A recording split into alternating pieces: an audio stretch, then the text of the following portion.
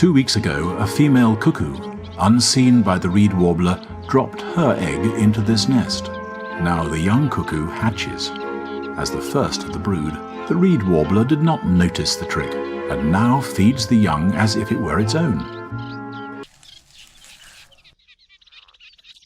The ever-open, bright red beak and the constant peeping from the cuckoo prompts the reed warblers to bring it food without a break. Although the cuckoo is by now much bigger than the reed warblers, they still treat it as if it's one of their own nestlings.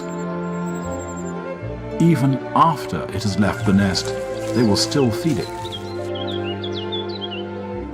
At the end of August, the young cuckoo will start its lonely journey to Africa. It will return next spring, maybe even to the same reed bed, and try to toss an egg into a reed warbler's nest.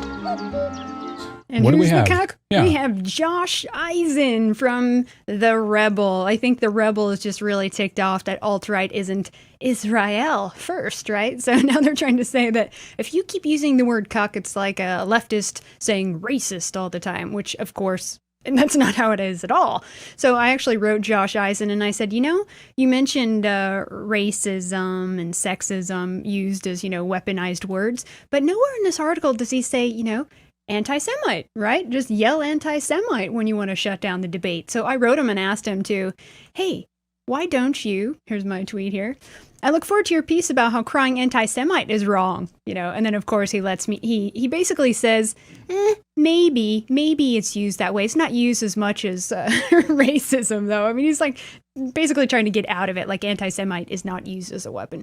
And then I sent him this article, Getting Cuckservative Wrong, because he's just throwing in cuck. He's basically going to the extremes, like there's some people on the right who are like, if you're not full Nazi, you're a cuck, right? So he's like drawing upon those people, right? Of course. Because there are some people like, oh, you talk to a gay or a non-white, you're a cuck, right? And so that's where he's drawing his piece from, Well, they always go to the extreme and to set up their straw man, right? Oh, yeah. That's always what they do. And I notice a lot of them are trying to say that the alt-right is just like SJWs. They're trying to make that same comparison. It's like, alt-right actually draws upon, biology, history, reality, not all these made-up artificial constructs, right? And at the end of the day, everyone picks a side. Everyone has convictions that they fight for. Otherwise, you're going to get run over.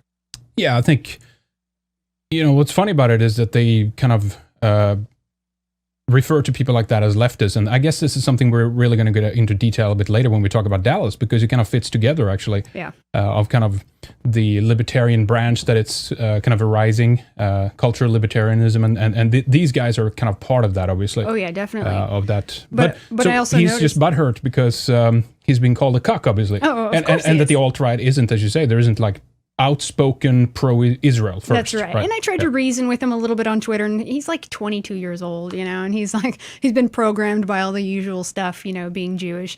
And then I also saw the Red State is saying, "Cuckservative is a racist slur and attack on evangelical Christians." It's like, someone's taking it personal. And as Richard has pointed out, usually cucks tend to be the white Gentile baby boomer generation. When I think of cucks, it's a lot of the neocons, right? Right. And then there was this article, actual cuckolds are pissed off at the far right using cuck as an insult. I thought that was hilarious. Yeah. And then they ask a guy, I don't know what race he was, maybe this guy, they ask him, hey, have you heard it related to race? And they try and explain kind of what cuckoldry is. And he's like, I actually knew a white girl who wanted to be submissive when she had sex with black guys because she felt guilty for what the race it did. So it was like, okay, it actually justified our position in the interview.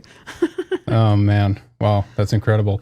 All right, well, so I guess we don't have another choice here, really, than to do this with Josh. Poor Josh.